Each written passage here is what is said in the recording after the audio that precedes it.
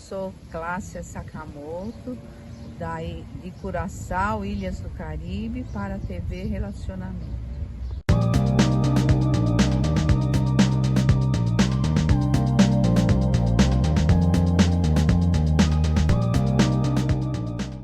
Olá, internautas, iniciamos mais um programa Gestão Executiva.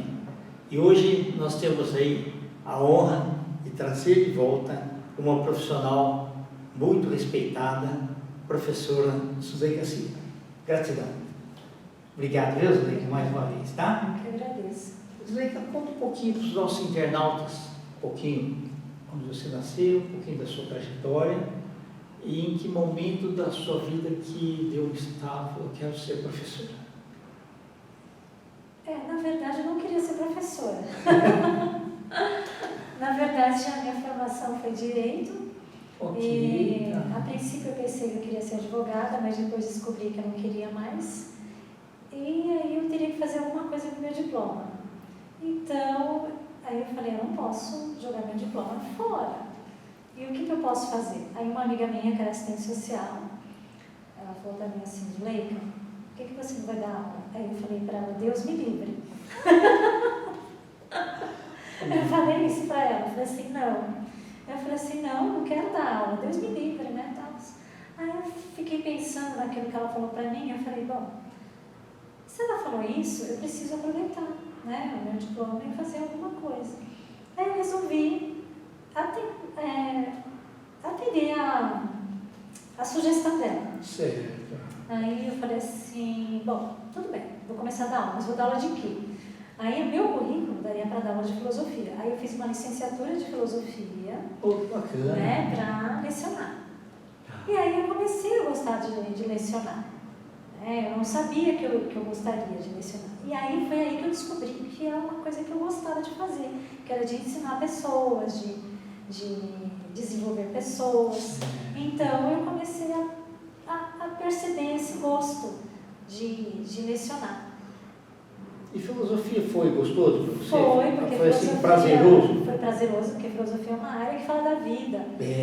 Fala de tudo que a gente vive nesse mundo. Então, ajuda no entendimento de muita coisa. Então aí eu falei assim, eu tô gostando. Aí eu comecei a me especializar mais. Aí eu fiz psicopedagogia, depois eu fiz, no decorrer de todos esses anos, eu fiz outras formações, eu fiz educação financeira, com ênfase em neurociência, depois eu fiz inovação empreendedora, depois eu também fiz coaching, uma especialização de coaching. Perfeito. E outros cursos aí, que eu fui fazendo. Na verdade, você sempre foi uma eterna aprendiz, né? Em busca de coisas, que bacana. Então, aí eu falei assim, eu tenho sede de conhecimento. Então, eu comecei a me envolver mais com isso. Aí o que aconteceu? No decorrer desses tempos, eu comecei a ficar um pouco insatisfeita, não porque eu não gosto de lecionar, e sim pelo desinteresse dos alunos. Ok, perfeito. Porque, assim, a gente que está no ensino, a gente quer ter aquele retorno, aquela sede, dos alunos para aprender. De conhecimento, né? Aí quando você começa a perceber que não tem interesse, você começa a ficar um pouco desmotivada. Então o que me deixou a ficar um pouco desmotivada na área da educação foi o desinteresse dos alunos. Assim, nós professores somos invisíveis na sala de aula. Então você tem que usar várias estratégias para você conseguir a atenção deles. Como é que foi na pandemia? Então, a pandemia foi meio complicado, porque era assim, até dia 14 de março de 2020 era a regra normal do presencial. Depois, aí já na segunda-feira já era outro mundo. Então, só que teve eu tive a oportunidade de vivenciar um outro cargo no decorrer desses 3 anos. Nesses 3 anos, eu exerci o cargo de mediadora. Então, eu fiquei fora de sala de aula. Então, eu fiquei 3 anos na mediação. Então, como que era esse trabalho na mediação? Esse trabalho na mediação é conversar com professores, com alunos, com os pais, né? Então, aí eu tive uma outra experiência. Então, eu não senti muito o que é lecionar para os alunos à distância, porque eu não tive essa experiência com eles, porque a minha experiência foi com a mediação. Como os alunos ficaram afastados, então eu fiquei afastada da mediação, porque eu não tinha essa demanda. Perfeito. Então, eu tive que desenvolver outro tipo de trabalho que não tinha nada a ver com a sala de aula. Mas a escola já fica uma situação diferente, né? Fica. E aí, o que eu percebi? Você me perguntou como é que foi a pandemia. Eu senti essa questão pós a pandemia. Quando os alunos voltaram para a sala de aula, o que eu percebi? Eu percebi que, como eu estava na mediação e eu atendi essa demanda, eu percebi que os alunos, eles voltaram meio depressivos, voltaram com vários problemas emocionais. Entendi. Até estressados também? Também, com dificuldades de relacionamento. E assim, problemas familiares. E aí o que acontece? Muitos alunos que chegavam a mim, eles estavam com crise de ansiedade, muitos se automutilavam. Teve alguns que teve também que se ameaçavam de se suicidar. Né? E a gente menor de idade. Menor de idade. Então assim, depois que eu entrei na mediação, eu comecei a enxergar o aluno de uma outra forma, com outros olhos. É como se tivesse tirado uma venda dos meus olhos. Porque quando a gente está em sala de aula, a gente enxerga o aluno de uma forma. Só que quando a gente entra na mediação, que foi o meu caso, agora enxerga os alunos de uma outra forma. O olhar muda, né? O olhar muda. Então, assim, meu olhar mudou bastante. Assim, como que eu olho para aquele aluno? Por que ele se comporta daquele jeito? O que está por trás daquele comportamento dele? Entendeu?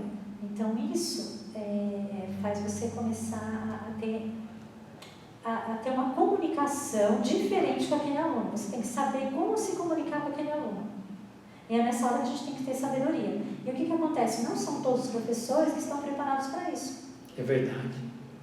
Eles falam assim, eu não sou psicólogo. Falando nisso, a gente agora na rede estadual tem um acompanhamento com um psicólogo da rede, né? Entendi. Só que esse psicólogo da rede, ele não é um psicólogo para acompanhar o aluno da parte individual. É um trabalho coletivo. Então, ele só faz um acompanhamento. E são poucos horários também, né? São poucos horários.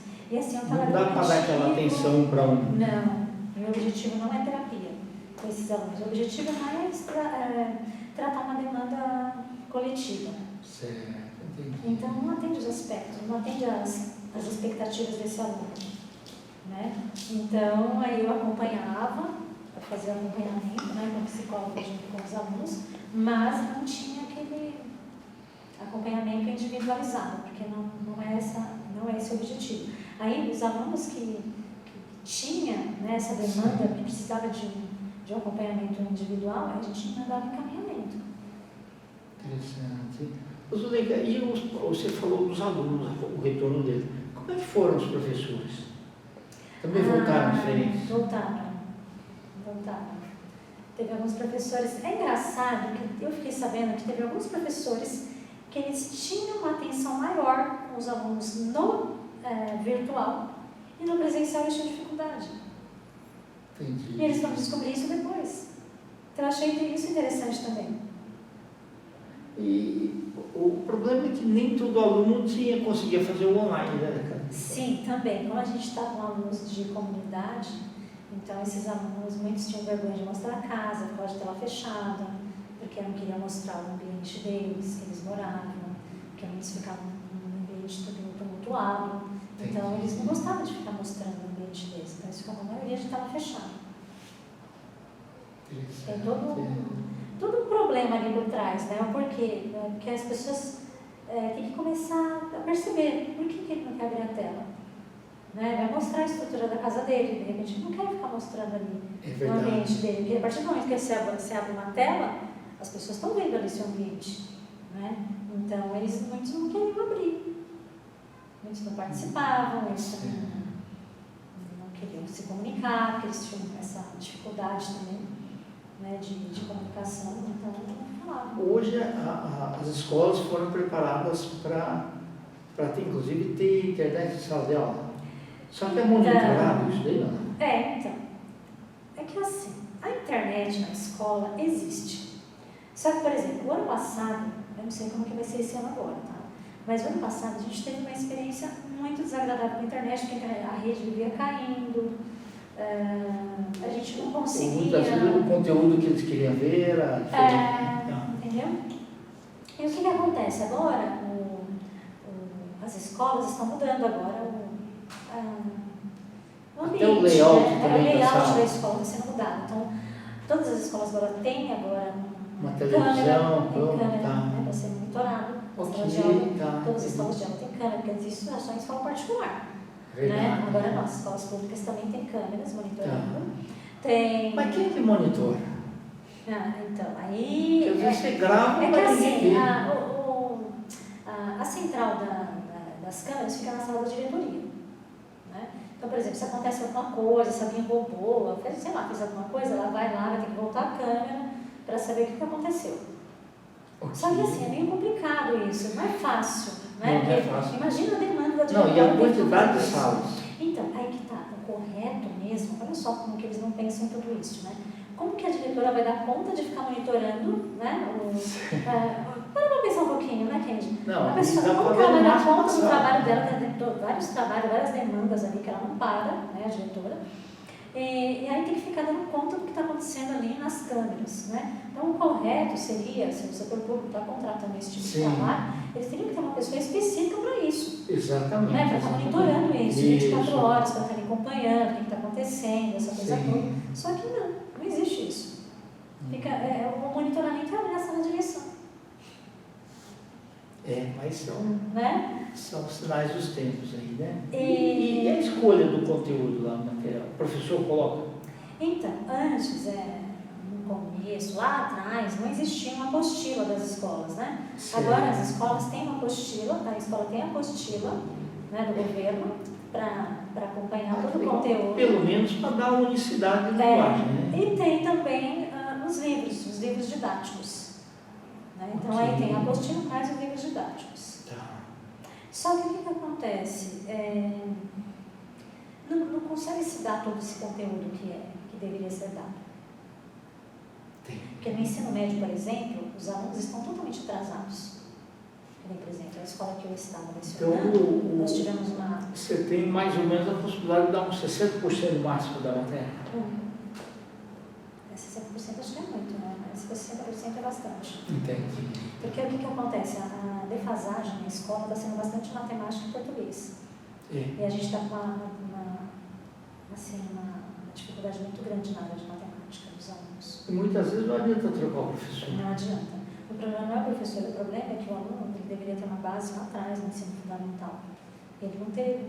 Tá. E isso acaba dificultando, né? Não dá para ficar voltando, senão desestimula aquelas pessoas que sabem. Ele fica nessa frase. Por isso que é um dos motivos que não dá para se dar todo o conteúdo, principalmente de matemática, português, porque eles não tiveram uma base lá atrás. Entendi. Mas assim, na pandemia, todo mundo sofreu muito, né? Sofreu. 2 anos que, não sei, não que diga que ele considera perdido, mas ele deu um baque grande. Deu, bastante. Tá. E agora, nessa retomada aí, você fala, nem todos eles vêm estimulados, né? Não. Nem todos eles vêm estimulados, porque eles estavam lá acostumados, lá, né, com a cor. É verdade. Então... É duro, né, a gente ter um norte que proporcione aí melhorar de fato. Tá certo. Fala um pouquinho do capítulo do seu livro. Tá, do livro. Então, o livro que eu escrevi junto com as minhas amigas, né, com a Aline, né, com as outras que escreveram, sobre o que aconteceu comigo, né? Sobre a minha transição de carreira, sobre a minha vida, né? Sobre tudo aquilo que eu vivenciei. E foi uma experiência que eu passei na minha vida, na transformação da carreira, né? Porque é uma segunda carreira, que é o imagem e estilo, que é uma outra coisa que eu gosto. Perfeito. Então, eu acho que isso fez com que eu permanecesse na educação e também colocasse isso também. Legal. Né? Não, e que é bacana assim, você aquilo não é que serviu como uma válvula de escape, mas te deu assim, um panorama diferente, né? Um olhar diferente. Deu. Eu acho que abriu a minha mente, sabe? Legal. A minha visão. Foi uma experiência muito boa. Desconcentrou um pouco aquilo que era 100% massificado em você, você conseguiu uma válvula de escape. E assim, o que eu achei legal no livro é que eu mostrei meus livros para alguns alunos, né? Ele falou assim, nossa, professora, como que você conseguiu escrever um livro? Eu falei para eles que eles também são capazes de escrever. Exato. Né? Eu quis mostrar para eles que qualquer pessoa pode escrever um livro. Né? E quando a gente escreve um livro, a gente está compartilhando aquilo, um pouco da gente para as outras pessoas. É verdade. Né? Das nossas experiências de vida, aquilo que a gente Sim. viveu. E cada um aprende um pouquinho com o outro. Exatamente. Né? Então, eu acho que o livro é uma coisa rica, né? O olhar de cada pessoa é diferente. O assunto pode ser até o mesmo, né? Mas o olhar é diferente. Legal. E teus planos para esse ano? Os meus planos para esse ano são vários. Eu estou agora em outros projetos. Bacana. Né? Que é dentro dessa área nova que eu estou entrando. E eu gosto muito da área de desenvolvimento pessoal e dentro da área do estilo de imagem e estilo eu quero colocar o desenvolvimento pessoal.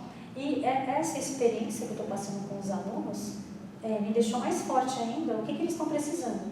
Né? O que as pessoas precisam para que elas se dê bem no trabalho. Ok. E o tempo passa rápido, né? Hoje você vê assim, a molecada sentada lá, daqui a 2, 3 anos eles já estão no mercado de trabalho trabalhando. Então precisa ter... Tem que ter preparo. E uma coisa que eu percebo é que a grande maioria não tem assim preparação emocional, né, de relacionamento. A gente não quer falar de coisa técnica, né? Porque hoje em dia as empresas elas contratam você pelas suas habilidades técnicas e mandam você embora por falta de relacionamento. O comportamental. O comportamental. Então, na verdade, não é o técnico que vai influenciar nas empresas, é o comportamental. É verdade, é verdade. E é isso que eu quero trabalhar com as pessoas. Porque se você direcionar o profissional certo para aquele tipo de empresa, todo mundo ganha. Agora, quando você coloca um profissional que não é aquele que deveria, então perde-se muito tempo. Perde. Bastante tempo. Tá certo. Legal. Tem mais alguma coisa que você gostaria de falar, Zóia? O que eu gostaria de falar eu queria passar uma mensagem para as pessoas, para que elas não desistam do sonho delas. Né? Eu sei que não é fácil, né? Eu também estou no processo de mudança, estou no processo assim, diário, né? Árduo de mudanças, e a gente sabe que tudo aquilo que a gente quer na vida exige certos sacrifícios, né? Exige certas, como que eu posso dizer, você tem que abrir mão de algumas coisas para você conquistar aquilo que você quer. Né? Então, eu estou nesse processo, não está sendo fácil para mim, né? Eu estou abrindo mão de várias coisas, algumas coisas que eu até gostaria de fazer, mas eu acho que a gente tem que ter prioridades. Né? Então, porque o tempo é o mesmo. O tempo é o mesmo. Então, a gente tem que abrir mão de algumas coisas temporariamente para futuramente desfrutar, para a gente conseguir o desfrute daquilo que a gente quer. Né? Então, a minha mensagem é essa, persistir e ser constante naquilo que a gente quer, independente do que acontecer na nossa vida. Sempre vai acontecer altos e baixos na nossa vida, né? O que a gente não pode deixar é que esses altos e baixos deixem a gente fracassar. É verdade. E você falou uma coisa muito importante. Tudo que você tiver pendente, vai fazendo. Porque senão vai acontecer a determinadas coisas, você vai ter que dar prioridade e tudo aquilo vai ficando represado. Isso daí uma hora estoura. Tá certo. Você quer deixar seus contatos? Tá. O meu contato agora é só Instagram mesmo, né? Que é zuleicasilva.imagemestilo. E eu estou aqui para ajudar você, para você que quer mudar seu comportamento, você que quer ter um estilo diferenciado, que quer ser uma pessoa elegante, quer se comunicar melhor. Então pode entrar em contato comigo que eu estou aqui à sua disposição. Perfeito. Obrigado. Mais uma vez, sempre muito bom de ver, tá? Internautas, os agradecimentos então a essa fantástica profissional, Zuleika Silva. Nós finalizamos mais uma gestão executiva. Grande abraço e até a próxima.